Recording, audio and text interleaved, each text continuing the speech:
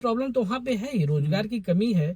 लोग घर से उनका घर जमीन नदी में चला जाता है, तो ये भी प्रॉब्लम है। और भी कई तरह की प्रॉब्लम है। कई अभी जब तक बीजेपी के साथ शासन था नीतीश बाबू का, उस समय तक वहाँ पे क्राइम कंट्रोल था। अभी क्राइम भी बढ़ गया है, तो इस वजह से भी लोग प्लान कर लेते हैं। अब जैसे क्राइम की बात कर रहे हैं तो बहुत सारे लोग कहते हैं कि आरजेडी के सत्ता आने के बाद वहाँ क्राइम बढ़ जाएगा, ऐसा भी है क्या? ये तो ऑब्वियस होना ही चाहिए और होता ही है। क्योंकि देखिए इसमें क्या है, क्राइम बढ़ने का मेन कारण बेरोजगारी ही है और दूसरा जातिवाद है। जिस जाति का समर्थन वहाँ पे ज्यादा होगा वो अपने आप ही क्राइम वहाँ पे बढ़ाना शुरू कर देते हैं, क्योंकि उनको सभी को पैसे कमाने हैं, सभी क्षेत्रों से पैसे कमाने की कोशिश करते हैं और इस खींचतान होती है, फिर वो अपराध बढ़ता है और ये तो होता ही रहेगा। अच्छा, तो हमारे बिहार की जो जनता है कब इस चीज से निकलेगी, ये जातिवाद से? कब हम उसको एक सही प्लेटफॉर्म और एक सही दिशा देंगे कि वो लोग अपने ही मतलब जातिवाद को छोड़ के विकास की ओर जाए, अपने ही स्टेट में रह के काम करे? इसमें कई चीजें हैं। वो एक चीज अगर मैं ये बोलूँगा कि जैसे कि ये जितने कुर्सी के चक्कर में पड़े हुए हैं, जितने कुर्सी का पाने के लिए खर्च करते हैं, ऐड करते हैं, सारी चीज़ें करते हैं, अगर उस तरीके से आप जैसे बताया कि बाढ़ आ रहा है, तो इतना 25-25 साल से 20-20 साल से ये लगातार ये मुख्यमंत्री बन रहे हैं, तो एक बाढ़ की समस्या को समाधान नहीं कर सकते हैं? नहीं, वो समस्या इस तरह की है कि नहीं कर सकते। जैसे कि देखिए नेपाल से जो पानी छोड़ा जाता है, उस पानी पे जो समझौता हुआ है उसके हिसाब से उसको छोड़ना ही है। अगर नेपाल पानी रोकता है तो नेपाल बह जाएगा और नहीं छोड़ता है तो बिहार बह रहा है। लेकिन बिहार धीरे धीरे बह रहा है, धीरे धीरे टूट रहा है, और नेपाल अगर पानी रोक देता है तो वो नेपाल पूरी तरह से बह जाएगा। तो ये समझौता के हिसाब से पानी छोड़ना ही पड़ता है, और जिसकी वजह से नदियां वो कटती जाती है और वहाँ लोग बेघर होते हैं और वो प्लान करते हैं। मुझे जो लगता है, कारण तो और भी कई हैं प्लान करने के, लेकिन ये भी एक मेन कारण है जो हर साल ही होता है वहाँ पे।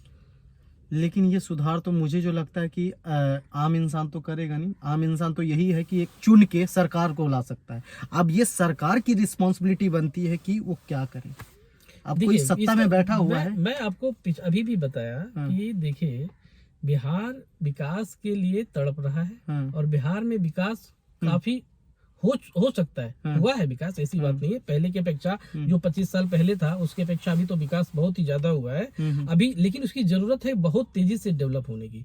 इसका एक ही समाधान है, मैंने बताया है कि या तो बीजेपी को वहाँ पूर्ण समर्थन मिले, उसकी सरकार बने मुख्यमंत्री, या नीतीश बाबू विलय कर ले, विशेष राज्य का दर्जा भी मिलेगा और फिर विकास भी सारी होगी। क्योंकि देखिए एक मजबूत सरकार की जरूरत है, तभी दुनिया के और इंडिया के जितने भी बिजनेसमैन हैं वो अपनी इंडस्ट्री वहां पे लगाएंगे। भरोसा चाहिए कि हाँ, हम यहाँ पे अगर आ रहे हैं काम करने के लिए तो हमें एक्स्ट्रा टैक्स नहीं देना पड़ेगा। जो रंगदार आ जाते हैं कि बिल्डिंग बन रही है, रोड बन रहा है, पुल बन रहा है, या कुछ भी बना रहे हैं आप, या मॉल बना रहे हैं, तो ये आप हमें चंदा दे दो।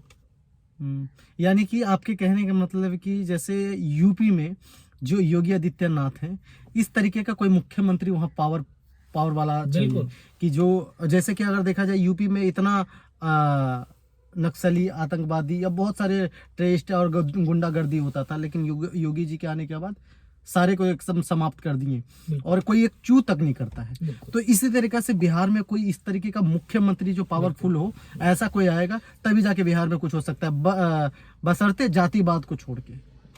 तो हमें नहीं लग रहा है कि हमारे वहां पे जातिवाद भी कंट्रोल हो जाएगा। नीतीश बाबू भी कर सकते थे, लेकिन इनको एक्चुअल वहां की सीट को, जैसे कि कभी बीजेपी के साथ और कभी राजद के साथ ये होना पड़ रहा है, उनकी मजबूरी है, और इसी वजह से वो फोकस नहीं कर पाते हैं किसी काम पे। इतनी सारी योजनाएं आती है केंद्र से या स्टेट की भी सारी योजनाएं हैं, सबको वो पूरी तरह से लागू नहीं कर पाते हैं। सेंट्रल से हेल्प भी नहीं लेना चाहते वो, क्योंकि इंसल्ट हो जाएगी, इंसल्ट भी हो जाएगी, और आजकल तो उन्होंने छोड़ ही दिया है। उनको चाहिए खुल कर आना, उनका इतिहास इतना अच्छा बन जाता अगर वो बीजेपी में शामिल हो जाते। उनकी पार्टी आज नहीं तो कल तो खत्म होने ही वाली है। कोई भी नेता ऐसा नहीं है कि नीतीश जी के जाने के बाद उस बागडोर को संभाल पाए, वो सभी बिखर जाएंगे। तो जरूरत यही थी कि अभी जितनी भी सीट है वो सबको विलय कर देते बीजेपी में, और बीजेपी का पूर्ण समर्थन लेने के बाद इनको सारी सहूलियत दी जाती, मुख्यमंत्री भी बने रहते ये, और बिहार में भी बहुत सारी इंडस्ट्री लगती, बहुत सारी डेवलपमेंट होती। केवल इंडस्ट्री से नहीं, वहाँ और भी कई चीजें हैं जो की जा सकती है एक साथ। इन सेंट्रल की जो योजनाएं हैं अगर उसी को अच्छी तरह से लागू कर दिया जाए वहाँ पे, स्टार्टअप इंडिया वगैरह, तो किसी को बाहर जाने की जरूरत ही नहीं। वहाँ पे बैंक से लोन लेने के लिए अगर कोई जाता है कि मुझे बिजनेस करना है, तो बैंक वाले ही लगभग 50% तक वो ले लेते हैं, चार्ज कर लेते हैं। वो पहले जमीन बेचकर बैंक वालों को 50% देता है, फिर उसे जो 4-5 लाख रुपया मिलता है, फिर उसमें से जो सब्सिडी कटना है वो सब मिली भगत भी हो जाती है। कई बार तो कहीं ना कहीं सरकार से ही वो लोग बैंक वाले भी मिले होते हैं। देखिए 30% या 37% जो सब्सिडी मिलती है लोन से, वो मिली भगत होती है। बैंक वाले खुद बोलते हैं अपने एजेंट को कि बुला कर लाओ ऐसे लोगों को जो लोन लेने के लायक है, उसे लोन दिया जाता है। और जो 30-37% जो सब्सिडी मिलती है, उस सब्सिडी में वो कुछ रखते हैं 25-30%, और फिर बाकी वो अपना मैनेज करता है। अच्छा, मुझे क्या लगता है ना कि नीतीश कुमार को अब रेस्ट ले लेना चाहिए राजनीतिक से, क्योंकि अब ना वो थोड़ा सा बौखला गए हैं। ना तो वो विकास कर पा रहे हैं, ना अपनी पार्टी को सही तरीके से संभाल पा रहे हैं, ना वो अपने आप को खुद सही तरीके से संभाल पा रहे हैं। अभी आपने एक पार्लियामेंट में उनका एक स्पीच सुना होगा कि जो रात में सोते हैं इस तरीका से क्या करते हैं, आपने ये स्पीच सुना होगा उनका। तो क्या लगता है कि उम्र हो जाने के बाद इस तरीके की बातें करने लगे तो इनको आराम की जरूरत है? बिल्कुल, ये तो मैं समझता हूँ इस बात को, और मैं उस समय भी बोला था कि उम्र की प्रॉब्लम की वजह से ऐसा हुआ है। मानसिक संतुलन मुझे लग रहा है कि उनका बिगड़ चुका है, और क्योंकि पार्लियामेंट में बातों को सही शब्दों में नहीं रख पाए, ये बात जरूर है। वो बात जो बोल रहे थे वो ठीक बोल रहे थे, लेकिन सही तरीके से नहीं रख पाए। कहाँ ठीक बोल रहे थे सर कि जो माल अंदर गिराते उसको बाहर गिराओ, ये कौन सा मतलब बनता है ये सही तरीके से बोलने का? तो इससे तो हम यही कहेंगे ना कि मानसिक संतुलन उनकी बिगड़ चुकी है। ये बात तो है, ऐसा हुआ है, वो गलती है, बहुत बड़ी गलती है। प्रधानमंत्री का सपना देखने में रिपीट भी किया है उन्होंने। वो एक अलग नहीं, प्रधानमंत्री लायक तो वो नहीं है। शुरू में भी उनको जब बोला गया था कि नीतीश बाबू को प्रधानमंत्री के लिए आमंत्रित किया जाए या एक चेहरा बनाया जाए, तो मीडिया ने जब उनसे पूछा तो उन्होंने साफ साफ बोला कि जो ऐसी बातें कर रहे हैं वो मेरा दुश्मन है। उसके बाद तो मीडिया बोलना ही बंद कर दिया कि ये प्रधानमंत्री का चेहरा है। और एक्चुअल वो क्वालिटी भी नहीं है, इतनी बड़ी क्वालिटी नहीं है कि वो प्रधानमंत्री बन सके, क्योंकि प्रधानमंत्री बनने के लिए केवल इस तरह के समझौते करने वाले प्रधानमंत्री नहीं बन सकते, जो अपनी कुर्सी बचाने के लिए ही सारा दिन वो टेंशन में रहते हैं। तो विकास क्या, तो वो विकास क्या करेंगे, और भी डिपार्टमेंट क्या संभालेंगे? 1-2 डिपार्टमेंट तो होता नहीं है, बहुत सारे डिपार्टमेंट है। चलिए, बहुत अच्छा लगा आपसे बात करके। सारी चीज़ों पे आपने सही तरीके से अपनी आवाज़ को रखे, बातों को रखे। हमने कई चीज़ों पे बात किया, विकास पे बात किया, जातिवाद पे बात किया। अब हम एक लास्ट आपसे एक सवाल करेंगे कि क्या लगता है कि नीतीश कुमार फेंके हुए थूक को फिर से चाट के बीजेपी में आ जाएंगे? 100% श्योर है या नहीं? देखिए, वो सारी बातें जो आपने कही वो तो ठीक है, लागू होती है। वो एक्चुअल में इन्होंने गलतियां तो बहुत सारी की हैं। आरजेडी को फिर से ये गाली देंगे कि उसने मेरे साथ धोखेदारी किया है? वो गाली तो नहीं देते, लेकिन वो इशारे में बता देते हैं कि हम उनके साथ क्यों हट गए। पिछली बार भी जब वो हटे थे तो उन्होंने यही बोला था कि ये लोग घोटाले में फंसे हुए, इसलिए मैं इसके साथ नहीं रहना चाहता हूँ। CBI वगैरह अरेस्ट कर रहे थे उस समय, पूछताछ कर रहे थे, तो इसलिए वो समर्थन वापस ले लिया था। इस बार वो ये कह सकते कि ये वंशवाद को बढ़ा रहे हैं, इसलिए हम इनके साथ नहीं रहना चाहते। वो हट तो सकते हैं, हटने के बहुत सारे कारण हैं तेजस्वी से, क्योंकि तेजस्वी वो इतने काबिल तो नहीं है। लेकिन वो बीजेपी में आएंगे और बीजेपी उसे वापस ले लेगी, इसमें अभी कुछ क्लियर नहीं है।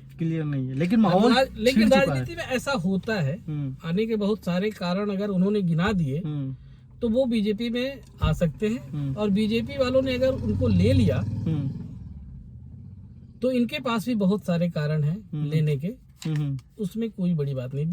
देखिए नीतीश बाबू कोई इतनी बड़ी गलती या इतना बड़ा अपराध तो उन्होंने नहीं किया है जिसकी वजह से कि कोई दूसरी पार्टी शामिल नहीं करेगी। बीजेपी में जा रहे थे तो उन्होंने बोला था, बीजेपी से जब जा रहे थे, आरजेडी में जब शामिल हुए थे तो बोले रहे ना वो कि मैं मर जाऊंगा मिट जाऊंगा लेकिन अब बीजेपी में दोबारा नहीं जाऊंगा। हाँ, तो अभी उन्होंने बिल्कुल क्लियर कहीं पे भी नहीं किया कि मैं बीजेपी में जाना चाह रहा हूँ। लेकिन माहौल के हिसाब से तो माहौल भी नहीं है, बस उन्होंने ये जरूर किया है कि तेजस्वी से दूरी उन्होंने बनाई हुई है और बड़े गंभीर टेंशन में रहते हैं, परेशान रहते हैं, उनको कुछ समझ में नहीं आ रहा है। मेन कारण उनको, मुझे जो लग रहा है वो यही है कि वो जो उन्होंने विपक्षी लोगों को एकजुट किया लेकिन वो एकजुट नहीं हो रहे, सभी बिखर रहे हैं। एक तो ये कारण है। दूसरा कारण है कि इनको अहमियत नहीं दी जा रही है। एक ये कारण। दो कारण है, इनको लगा था कि मैं सबको इकट्ठा करने के बाद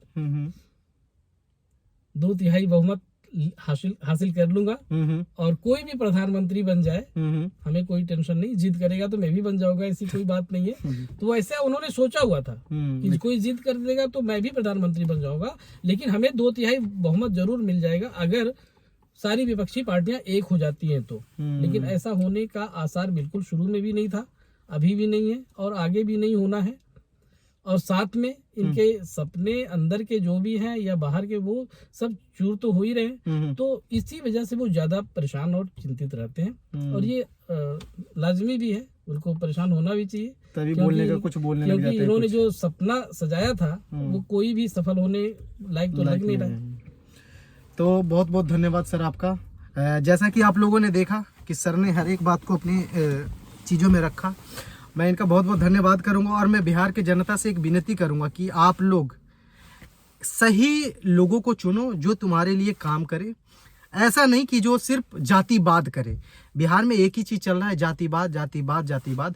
उस चीज़ को हटाओ और इस पलटू राम पे थोड़ा सा ध्यान दो कि अब फिर ये पलट के ना बीजेपी में आए ना कहीं, इनको सत्ता से हटा ही दो। ये आप लोग की जिम्मेदारी है, नहीं तो आप लोग ऐसे ही भर भर के ट्रेन अदर स्टेट में जाते रहोगे, गालियाँ खाते रहोगे, ये बिहारी है, ये चावल है, इस तरीके से सुनते रहोगे और आपके साथ कुछ नहीं होगा, ना ही आपका विकास होगा, ना आपकी फैमिली का विकास होगा। कैसे होगा? आप इधर उधर भागते रहोगे। एक जीवन मिलता है, लोग 30-30, 35-35 साल, 40-40 साल दूसरे देश में स्टेट में कमाने चले जाते हैं, अपने फैमिली से दूर हो जाते हैं। तो ये सब चीज़ को ठीक करना है तो आप लोगों को पहले ठीक होना पड़ेगा और आप लोगों को एक वोट जो ऐसा लोगों को देना होगा जो आपके हित में काम करे और आपके परिवार के हित में काम करे, आपके शिक्षा के हित में काम करे। देखते रहिए आप तेज रफ्तार। तब तक के लिए जय हिंद।